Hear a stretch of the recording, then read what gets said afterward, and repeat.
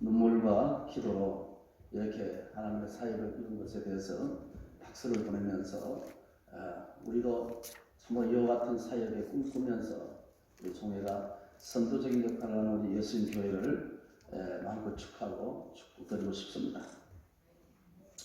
우리가 성경에 보면은 기도의 유형들이 여러 가지 있습니다. 잘 아시는 대로 우리가 에스더 보면은 금식도 기도지요. 에스더는 금식 기도지요. 그리고 시간을 정해놓고 기도하는 1일 3회 기도를 할까요? 다니엘의 기도가 있습니다.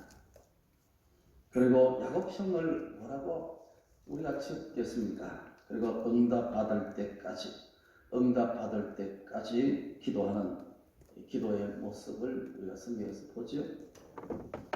히스기야의 기도는 어떤 기도입니까? 눈물과 통곡의 기도, 통곡과 눈물의 기도.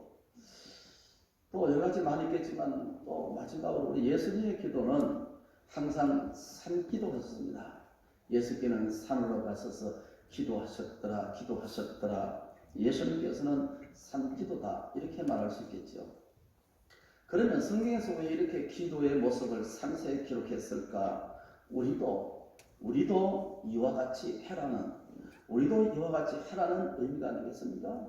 너희도 사역 이와 같이 하고 우리의 삶의 현장에서 아픔과 상처와 흘린 눈물을 우리가 도대체 어떻게 성하고 신앙을 어떻게 해석하느냐 하는 것을 너희도 이와 같이 1일 3회 기도하고 너희도 이와 같이 철학기도 하고 너희들도 이와 같이 산기도하라는 그런 의미가 우리 강력하게 도전하는 말씀이라 그렇게 생각합니다.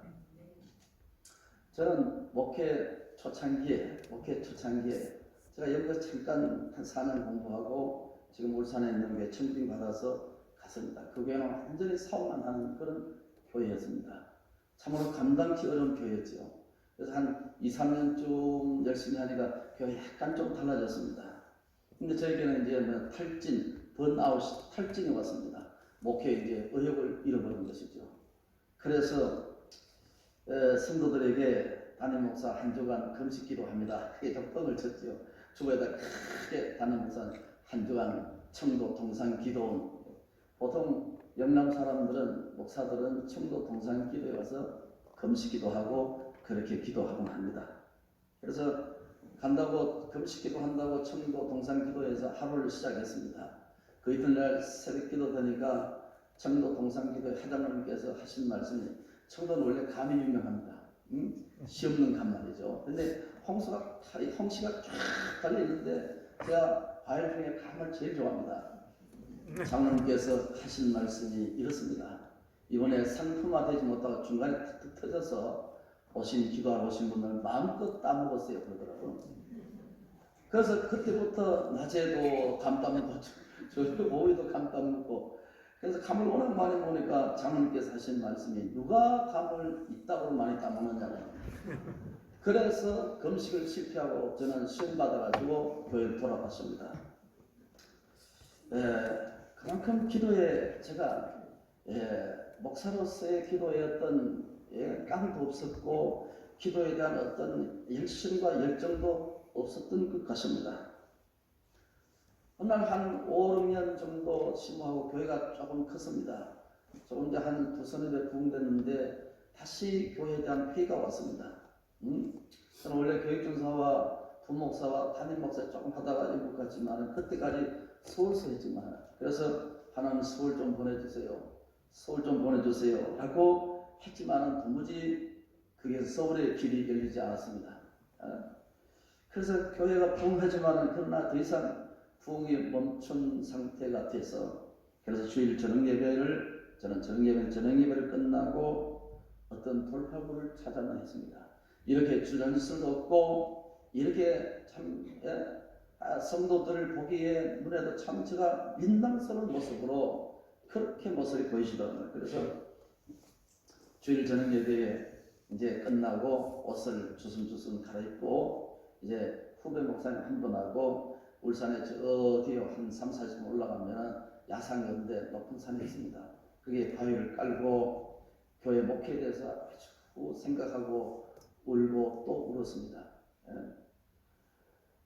그러면서 점점 지나면서 교회도 저의 흘린 눈물만큼, 제가 무릎 꿇는 만큼, 제가 하나님 앞에 부르짖는 소리만큼 교회가 점점 달라지면서 교회가 10배 이상 부흥하는 모습을 지금 행복한 목회를 하고 있습니다.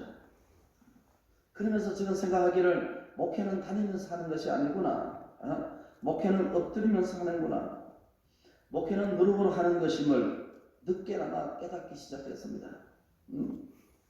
내가 하나님 앞에 열심히 기도하면서 우니까 성도들은 삶의 현장에서 웃음이 나오는 것 같습니다. 내가 다니면서 웃으니까 성도들은 삶의 현장에서 울고 아파하고 가슴을 치는 모습을 보이더라는 것이죠. 내 집은 만민이 기도하는 집이요 직원 은혜 받을 만한 때라고 말씀하셨습니다. 이엔 바운드는 하나님의 사람은 골방에서 만들어진다. 하나님의 사람은 골방에서 만들어진다. 이엔 바운드는 그렇게 말씀하십니다. 여러분 하버드 대학의 교수였던 하비칵스라는 사람이 있습니다. 그 사람은 시대를 구분하기를 초대 시대, 이건 똑같은 거죠. 중세 시대, 그건 세 번째 이렇게 말했습니다. Age of the Holy Spirit, 성령의 시대 이렇게 구분했습니다. 그러면 우리가 사는 21세기 이 시대를 하비칵스는 성령의 시대라고 했습니다. 하나 더 소개하면 하비칵스는 이렇게 말했죠. 모든 지역의 사람들은 도시로 가서 도시화를 이룬다. 얼바니테이션이죠. 근데 도시화되면 반드시 뭐가 되냐 하면은 그것은 세큘러제이션, 세속화가 되더라 하는 것입니다. 그가 유명한 책은 뭐냐 하면은 The Secular City, 세속도시라는 책이죠. 그럼 이게 도시화가 되고 도시화는 세속화되는데 그 세속화의 가장 극명하게 드러나는 것이 뭐냐? 그게 바로 교회라는 것입니다. 자, 오늘날 교회는 세속화되어 가는 것입니다. 세속화 현상은 여러 가지가 있지만 편리와 수월성을 추구하는 것이죠. 우리가 편리하면 최고고 우리가 수월성을 추구하는 것이 세상의 가장 중요한 덕목인데 교회도 이제 수월성과 편리성을 추구하는 이런 교회가 됐단 말이죠. 헌신하기 싫어하고 힘든하기 싫어하고 눈물 흘리기 싫어하고 기쁨과 즐거움을 만족하고 내 가슴에 뭔가 채우는 진리보다도 세속적인 것들을 채우기 원하는 오늘 현대인들이 되어버렸다는 것이죠. 다시 말씀은 교회는 저는 하기를 하나님이 은혜 받는 것인 줄로 믿습니다. 은혜 받기 위해서 애쓰고 은혜 받기 위해서 힘쓰고 신앙생활의 가장 우선순위는 저는 여기 와서 헌신이 우선이 아니라 은혜 받는 것이 우선입니다. 교회에서 이렇게 만든 것은 뭡니까? 하나님의 말씀 받기 위해서 은혜 받기 위해서 이렇게 구조를 만들었습니다. 이것은 영국이나 독일이나 어디라도 사우스아프리카에 가도 교회 형태는 이것을 벗어날 수 없습니다. 왜냐 가장 하나님의 대언자의 목사의 설교를 가장 잘 들을 수 있는 것이 이런 구조이기 때문에 그래서 교회는 말하기 위해서 오는 것이 아니라 교회는 듣기 위해서 오는 것입니다.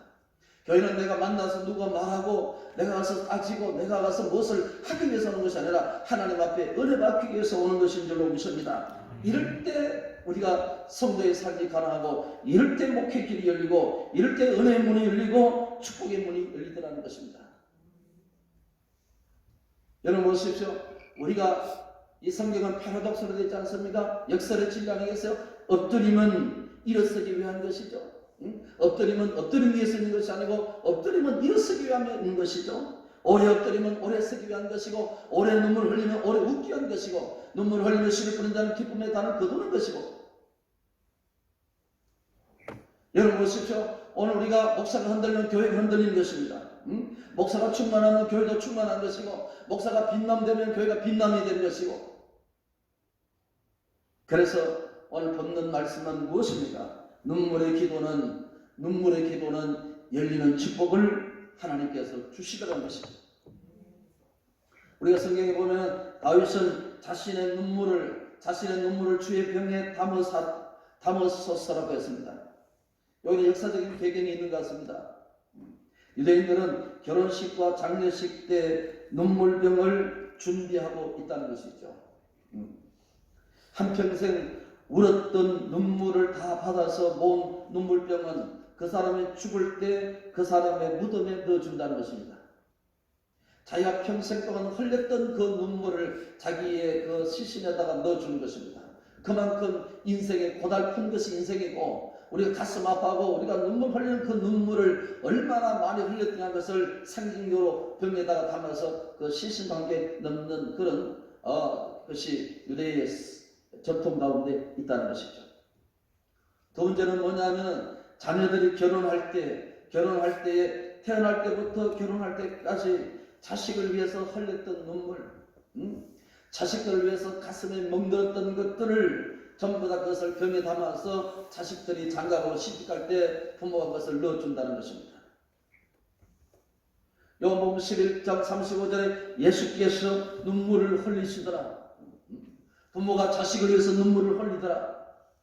목사나 성도들이 하나님의 교회를 위해서 눈물을 흘리더라. 가장 아름다운 모습은 우리가 하나님을 향해서 흘리는 눈물이 가장 아름다운 줄로 저는 믿습니다. 이엠바운드는 이런 말을 했습니다. 눈물을 흘린 사람만 눈물의 설교를 할 수 있다고 했습니다. 다윗은 하나님 앞에 많이 울었습니다.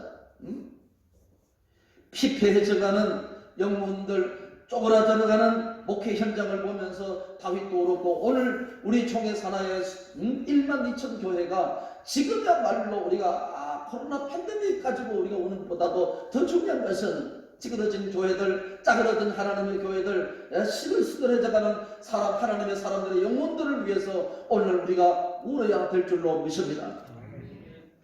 아멘 안 하는 사람들은 인간도 아닙니다. 여러분, 눈물의 기도는 상황도, 눈물의 기도는 환경도 이기게 하는 것 같습니다. 나에게 어떻게 너 주저앉게 만들고 힘들게 하고 무게 있게 만든 어떤 것들을 할지라도 하나님 앞에 기도하면은 그것을 이기게 만들고 버티게 만들고 극복하게 만드는 것 같습니다. 우리가 잘 아는 대로 느헤미야는 고국의 성벽이 무너져가고 교회가 허물어졌다는 소식을 들었습니다. 성도들은 뿔뿔이 흩어졌다는 소식을 듣고 그는 울면서 하나님 앞에 금식 기도했다고 말했습니다. 하나님께서는 느헤미야의 눈물의 기도를 받으시고 수문학 광장에서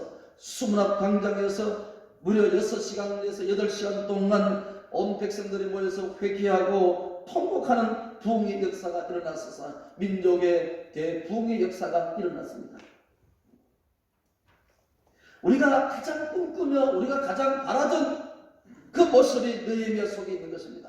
오늘 우리 총회가 오늘 하나님에게 가장 바라는 것이 무엇이냐? 바로 느헤미야의 부흥의 모습이 오늘 우리들의 가장 모델이 되는 모습이라고 생각합니다. 어느 날 우리 노양의 목사님께서 저에게 상담을 하러 왔습니다. 장로님이 4분 계시는데 3분은 적극적으로 목사님에게 협조하는 분이고, 한 분 장로님은 그 목사님에게 끝까지 반대하는 주는 것입니다. 그래서 당회만 열면 한 장로 때문에 도저히 당회가 되지 않을 정도로 시끄럽다는 거죠. 이 목사님은 그 교회에 들어온 지가 약 4년, 5년쯤 됐습니다. 교회는 안정이 되고 교회는 약간 부흥이 됐습니다. 아주 젊은 목사님인데 어떻게 했으면 좋겠냐고 저에게 물어봤습니다. 저는 이렇게 말했습니다. 행정당회로 처리할 수 있습니다. 행정당회로 처리할 수 있습니다. 두 번째는 뭐냐 하면은 그 장로를 떠들도록 그냥 돌아 나중에 지칠 때까지. 그러면 시끄러워서 목회가 안 된다는 거죠. 그러면 제가 3번째 이야기 하겠습니다. 목사님 3번째 얘기를 잘 들으세요. 제가 이렇게 말했습니다. 만약 그 장로님을 쳐내지를 못하고 그 장로를 그냥 두면 교회가 시끄럽다면 한 가지 마지막 신의 한 수가 있습니다. 그래서 지금도 목사님은 그 장로님과 그 교회를 위해서, 여러분 교회를 위해서 한 달 동안 강대상에서 밤낮으로 한번 기도해 보십시오. 기도해 보라고 했습니다. 그러면 3가지 현상이 나타날 것이라 저는 그렇게 생각했습니다. 강단에서 사모님하고 평생 동안 목회가 평화로우면은 그 장로님을 잘라내지를 못한다면은 그 장로를 깔고 가려면은 강단에서 하나님 앞에 울면서 기도해봐라. 신방도 되지 않을 건 내가 기도해라. 그러면 3가지 현상이 나타나는 것이다. 성도들이 첫째는 목사 중심으로 더욱 뭉치게 되고 그 장로님은 자연스럽게 떨어져 나가는 현상이 일어날 것이다. 제 생각에는 두 번째는 뭐냐? 하나님 앞에 기도 많이 하고 나면은 영역이 생기고 그 속에 하나님의 내주하신 성령이 있는데 그 속에 성령이 있으니까 주의 종을 두려워하게 될 것이다. 목사님을 건드리면 내가 다른 목에 부러지지 않겠나, 이런 두려움 같은 마음들이 생기게 될 거다. 잘못 건드렸다가 내 가정이 큰일 나겠다는 두려운 마음을 하나님께서 주실 거라. 그러면 서서히 그 장로님 가정은 순종하게 될 것이다. 저는 그렇게 저는 두 번째를 이야기했습니다. 세 번째는 만약 그래도 안 되면 아직 목사님 젊으신데 더 좋은 교회로 하나님께서 뽑아서 보내실 것이다. 그러면 저의 방점은 어디냐 그런 묻기를 강단상에서 한 달 해서 안 되면 2달 해라. 2달에 안 되면 3달 동안 하나님 앞에 반드시 하나님의 놀라운 역사가 나타날 것이다 라고 했습니다. 근데 그 진 목사님은 지금 현재 2주째 3주째 강대상에서 철회기도 하고 있습니다. 저는 하나님의 놀라운 역사가 나타나게 될 줄로 믿습니다. 목회는 엎드림으로 하는 것이고 눈물로 하는 것이 목회인 것 같습니다. 기도는 사람을 만듭니다. 기도는 설교자를 만듭니다. 기도는 목회자를 만듭니다. 기도는 진짜 성도를 만드는 것이 하나님 앞에 기도인 줄로 믿습니다. 그래서 찰스 스폴츠는 말해서 기도하지 않는 설교자는 위선자다. 기도하지 않는 성도는 위선자다. 기도하지 않는 성목회자는 위선자다. 그렇게 말씀하신 적이 있습니다. 그 다음에 우리가 묵상해야 할 말씀은 눈물의 기도는 원수가 내 편이 되는 축복을 받습니다. 저는 이 본문을 자주 묵상하면서 창세기 32편의 말씀입니다. 우리가 잘 아는 대로 에서는 20년 동안 야곱을 죽이려고 복수의 칼을 갈고 살았습니다. 이 사나이 가슴에 맺힌 한을 쉽게 풀지를 않죠. 이제 그가 원수를 갚을 때가 왔다고 생각하고 가병 318명을 거느리고 야곱이 오는 길목에 지키고 있었습니다. 야곱의 인생에 최대 위기가 온 것입니다. 20년 동안 타국에서 모았던 물질도 목숨까지도 지금 다 날아가게 생겼습니다. 그야말로 절벽 위에 서 있는 자신의 모습을 바라보게 된 것이죠. 그래서 에서의 마음을 돌리기 위해서 이 야곱은 뭡니까? 20년 동안 모은 재물도 그 다음에 조카도 자기 가족도 다 보냈지만은 협상이 통하지를 않았습니다. 이것은 무엇을 말씀합니까? 인간적인 방법이 통하지 않았을 때, 이제 목회 한계가 왔을 때, 더 이상 내 삶에 어떤 문제가 왔을 때, 더 이상 목회가 하기 힘들 때, 사방에 우겨삼을 당할 때, 더 이상 협상 카드가 없을 때 우리에게 하나님이 한 가지 방법을 주었습니다. 저는 그것을 신의 한 수라고 생각합니다. 이것은 하나님이 개입하시지 않으면 해결될 수 없을 때 그 신의 한 수가 야곱에서는 야곱 강변에서 엎드림이었습니다. 밤새껏 하나님을 붙들고 밤새껏 부르짖는 그 야곱의 모습은 그의 인생이 완전히 뒤집어졌죠. 이 신의 한 수가 그의 마지막 카드였습니다. 최후의 카드였습니다. 우리 성도는 삶의 현장에서 찌그러질 때, 우리가 망했을 때, 엎드러지고 일어설 수 있는 여력이 없을 때, 마지막으로 하나님 앞에서 이 자리가 엎드린 자가 될 때 하나님 여러분의 신의 한 수를 통해서 역사하게 될 줄로 믿습니다. 저는 목회하면서 그것을 수없이 체험을 했습니다. 이런 것이 아니겠습니까? 형 에서가 죽든지 야곱이 죽든지 둘 중에 하나죠. 여러분, 그것은 둘 중에 죽어야 한다는 것은 이건 좋은 생각이 아닙니다. 성도라면 내가 죽든지 상담하면 죽든지 둘 다 죽더라, 이것은 옳지 않습니다. 목사라면 뭡니까? 이 둘을 선택해서는 안 되는 것입니다. 누구를 쳐내고 누구를 잘라내고 누구를 없게 만들고 내가 승리해야 된다는 것은 우리는 신앙의 세계에서는 그것은 취해서는 안 된다고 생각합니다.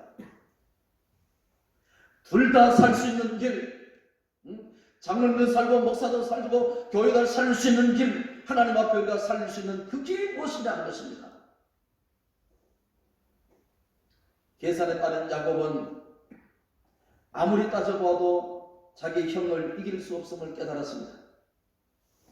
여러분, 그렇습니다. 내가 절망하는 그 자리, 내가 절망하는 그 자리가 눈물의 기도입니다. 내가 절망하는 그 자리가 엎드림의 기도가 있어야 될 줄로 믿습니다. 절망의 자리가 막혔던 자리가 눈물의 기도는 엎드림의 자리가 축복의 자리로 서서히 변하기 시작하더라는 것이죠. 그래서 인간관계보다도 앞서는 것이 하나님의 관계입니다. 형제 관계보다도 가장 앞서는 것이 하나님과 나와의 관계라고 생각합니다. 우리는 사람을 붙들고 살려달라고 하지 말라는 것입니다. 인간을 붙들고 살려달라고 하지 말라는 것입니다. 하나님께서 나를 이 땅에 보내시고 하나님 나를 성도를 만드시고 하나님 나를 목사를 만드시고 이 교회를 보내셨다는 것을 믿는다면 철저히 재단에 오셔서 하나님과 최후의 일전을 해야 한다는 것이죠. 찰스 스펄전은 이런 말을 했습니다. 교회는 내 눈에서 눈물이 흐르지 않는 한 결코 부흥되지 않는다. 교회는 내 눈에서 눈물이 흐르지 않는 한 결코 부흥되지 않는다. 그것은 오늘 우리가 눈물이 많았습니다. 눈물이 많으니까 강대상도 교회도 다 들어야 하는 것 같습니다. 세 번째 마지막 말씀은 에스겔서 1장 1절 이하의 말씀입니다. 눈물의 기도는 하늘을 열리게 만들었습니다. 우리가 잘 아는 대로 바벨론 포로 중에 에스겔은 30대 하나님의 부르심을 받았죠. 에스겔의 사명은 이국 땅에서 정착촌에 거주하는 자기의 동족을 위해서 부름받은 것입니다. 예를 들어 1차 포로, 2차 포로, 3차 포로죠. 우리가 성경 한 3만 5천 명 정도 자국의 백성들이 이방의 포로 잡혀와 있습니다. 이들의 절망은 형용할 수 없겠죠. 이들의 눈물과 이들의 가슴앓이를 다독이면서 희망을 심어줄 사명자가 에스겔이라는 것이죠. 그래서 에스겔은 이방에서 자기의 동족을 위해서 부름받은 자가 에스겔 선지자였습니다. 그는 자기의 민족, 자기의 교회, 자신에게 절망했습니다. 마치 지금 우리가 우리 민족에 절망하듯이 오늘 우리가 우리의 교회에 절망할 수 있듯이 말이죠. 오늘 우리 자신에게 절망할 때 여러분 절망을 어떻게 승화시키고 어떻게 믿음의 자살에 다시 나갈 수 있느냐 하는 것을 우리는 곰곰이 생각해야 된다고 생각합니다. 매일 괴롭고 답답한 마음을 달래기 위해서 종종 찾았던 곳이 그발 강가라고 했습니다. 에스겔은 그발 강가였습니다. 많은 학자들은 이 그발 강가를 큰 강이 아니고 샛강, 도랑 같은 아무도 찾지 않는 그런 쓸쓸한 샛강이라 이렇게 메텔리나 이런 사람들이 해석을 했습니다. 그러면 시대가 어려울 때 자기 동족이 잡혀오고 30대 하나님의 부름받은 이 그가 매일 자주 찾았던 곳이 그발 강가였습니다. 그러면 시대의 절망에서 에스겔의 부름은 상관관계가 있죠. 하나님이 가장 어려울 때, 가장 괴로울 때 시대가 찌그러들고 자기의 자국의 백성들 수만 명이 자국에서 고통당하는 그 모습에서 하나님이 에스겔을 불렀다는 것이죠. 그래서 시대와 에스겔의 부름은 깊은 관계였습니다. 이 시대에 우리가 이 교회에서 이 시대에 우리가 하나님 앞에 목회한다는 것은 시대와 우리 부름은 관계가 있습니다. 시대를 외면해서도 안 되고 사명을 외면해서도 안 되고 우리는 그냥 던져진 존재가 하나님께서 우리를 보내신 존재죠. 보냈다는 것은 사명자의 존재라는 것입니다. 그 부름의 장소가 바로 에스겔 그발 강가였습니다. 스코틀랜드의 주성가인 메텔리와 그 다음에 크리스토프 라이트 같은 학자들은 이것을 뭐라고 하냐면 그발 강가를 조그마한 샛강 그 자리가 기도의 자리로 해석했습니다. 그러면 이 에스겔은 매일 아무도 찾지 않는 쓸쓸한 샛강에서 그냥 여행하고 그냥 운동하면서 왔다 갔다 하는데 성령의 역사와 하늘문이 열린 것이 아니라는 것이죠. 그 자리가 기도의 자리가 됐다는 것입니다. 그런 시대의 절망, 교회의 절망, 자신의 30세 부름받은 그 모습을 하나님 앞에 그발강가에서 떨어서 홀짝홀짝 울고 가슴을 치면서 자기의 동족에 대한 부름에 대해서 하나님 앞에 기도했을 때 하늘 문이 열리고 에스겔서 1장 1절 말씀에 보시면 여러분 우리가 그렇지 않습니까? 하늘 문이 열리면 땅의 문도 열릴 줄로 믿습니다. 하늘 문이 열리면 목회 문도 열릴 줄로 믿습니다. 하늘 문이 열리니까 하늘 뜻이 보였습니다. 이걸 뭐라고 하냐면 초월성이라고 하는 것입니다. 전신하게 초월성의 경험입니다. 여러분 하나님을 보았다, 하나님을 만났다 체험이죠. 그래, 초월성을 경험한 자는 땅의 것을 두려워하지 않겠죠. 하나님의 부름은 우리가 간대히 붙게 만들죠. 하나님의 부르심은 우리가 시대를 이기게 만들고 하나님의 부르심은 두려움을 이기게 만드는 것이 무엇이 하나님의 초월성입니다. 내 좋아하시는 성령, 내 가슴 속에 임하시는 하나님의 성령은 충분하게 시대의 어려움을 우리가 뚫고 하나님 앞에 나아가게 만든 것인 줄로 믿습니다. 저는 지난주까지 정오 기도회를 인도했었습니다. 이제 총회에 올라오지 않으면 정오 기도를 하는데요. 우리 부목사님 중에 한 분이 단임 목회로 나가게 됐습니다. 그래서 마지막 인사를 하러 왔었습니다. 그래서 이제 끝내고 이제 정원이 간식쯤 좀 지났습니다. 이제 노회에 앉아놓고 짜장면 사모님하고 3그릇 시켜놓고 짜장면 먹고 목사님 한 말씀 해달라고. 할 건 뭐 있느냐? 당신이 내 부목사면서 내 어떻게 목회하는 거 받지 않느냐? 근데 부디 내가 한 말 하라 그랬으니까 내가 3년 동안 네가 내 말을 지킨다면 3년 동안은 노회 출석만 부르고 노회도 나오지 마라. 나오지 말고 한 3년만 아침, 점심, 저녁 하든지 아니면 철학기도 하든지 한 3년만 치긋하게 다니지 말고 사모님 붙들지 말고 한 3년 동안만 붙들고 강대상에서 한번 끝장을 내봐라. 하나님이 너를 어떻게 역사하시는가? 교회가 그렇게 크지 않으니까 신방 날 것도 없을 것이고 다니지 말고 낮에 잠 안 오면 지성을 사야 되니까 머리가 튕기면 안 되니까 열심히 공부하시고 잠 안 오면 하나님 앞에 밤낮으로 하나님 앞에 시간 정해놓고 적어도 6시간 정도는 하나님 앞에 해봐라. 그래서 내가 울면서 보내는 우리 부목사님을 붙들고 내가 안식을 하면서 눈물을 보냈습니다. 나한테 연락할 것도 없고 문제가 있으면 혹시 도움이 되는지 모르니까 그렇게만 하나님 앞에라. 그러면 하나님의 교회는 하나님의 역사를 시작할 거라. 그게 내가 생각하기에는 그게 목회란다. 그게 목회란다. 그러면서 그때부터 네가 그 속에 네 속에 있는 하나님의 영역이 옛날 때 느껴보던 하나님의 영역이 되고 그때부터 설교가 되기 시작할 것이고 그때부터 교인들의 눈이 반짝반짝 빛나기 시작하고 장로님들이 순종하기 시작할 거다. 엎드리면 능력 주시고 눈물을 흘리면 하나님께서 목회에 기쁨을 주시고 하나님 앞에 십자가 붙들면 반드시 하나님의 역사가 나타나는 거다. 이렇게 신신당부하며 부디 다니지 마라. 약해도 오지 마라. 전화도 하지 마라.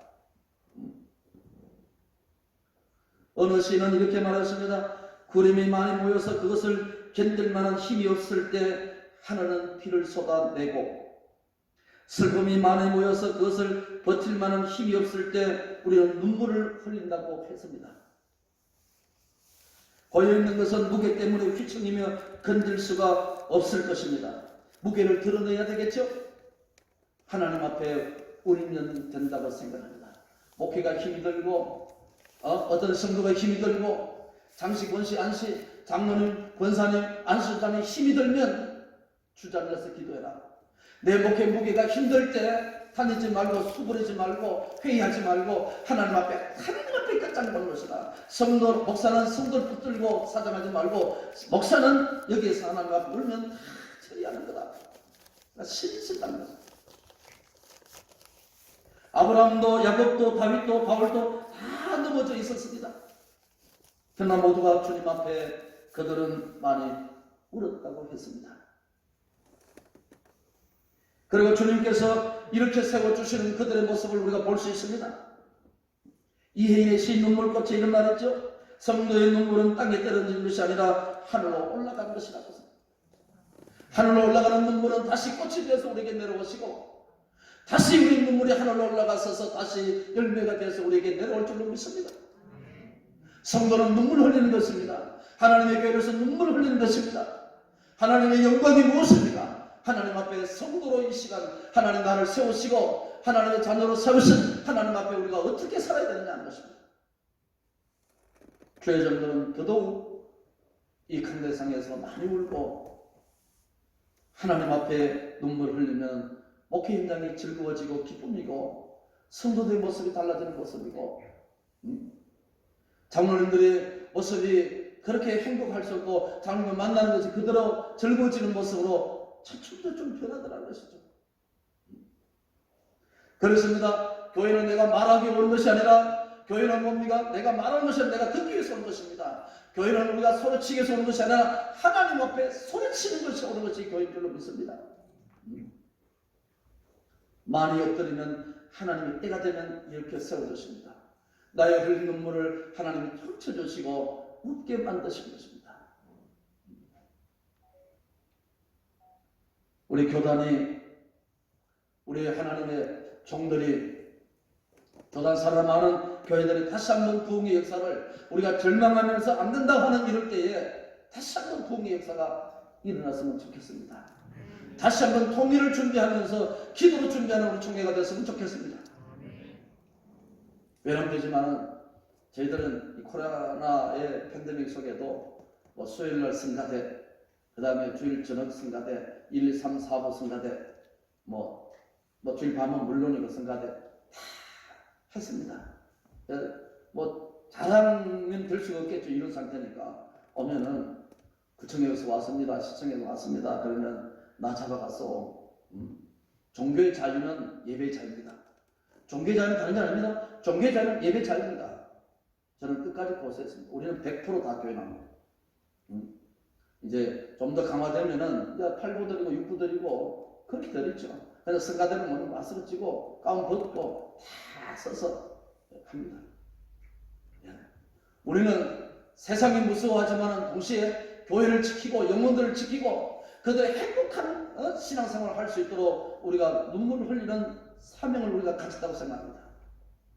이런 교회를 통해서 우리 동준이와 하나님의 저 교단산의 하나님의 교회가 많이 웃고 행복한 교회, 교단이 될 수 있기를 예수의 이름으로 축복합니다. 기도하겠습니다. 하나님 아버지, 우리 사랑 존경하는 목사님이 심호하시는 이 교회에서 말씀 전할 수 있도록 은혜 주신 것 감사합니다. 하나님께서 은혜 목사님을 아름답게 세워주셔서 교단을 크게 이끌어갈 수 있는 일꾼과 능력의 축복의 하나님의 사람 되게 하옵소서. 장로님과 모든 성도들에게 집중적인 기도와 또 협력과 협조를 통해서 하나님 앞에 아름답게 세워지는 임 목사님 되게 하여 주옵소서. 우리 종회사나 우리 통일준비위원회 위원장님 모든 임원들에게 한량없는 주의 은총과 은혜가 풍성하게 하시고 이 사명을 잘 감당하여서 기도로서 통일을 앞당길 수 있는 우리 총회가 되게 하옵소서. 할렐루야. 예수님의 이름으로 기도하옵나이다. 아멘.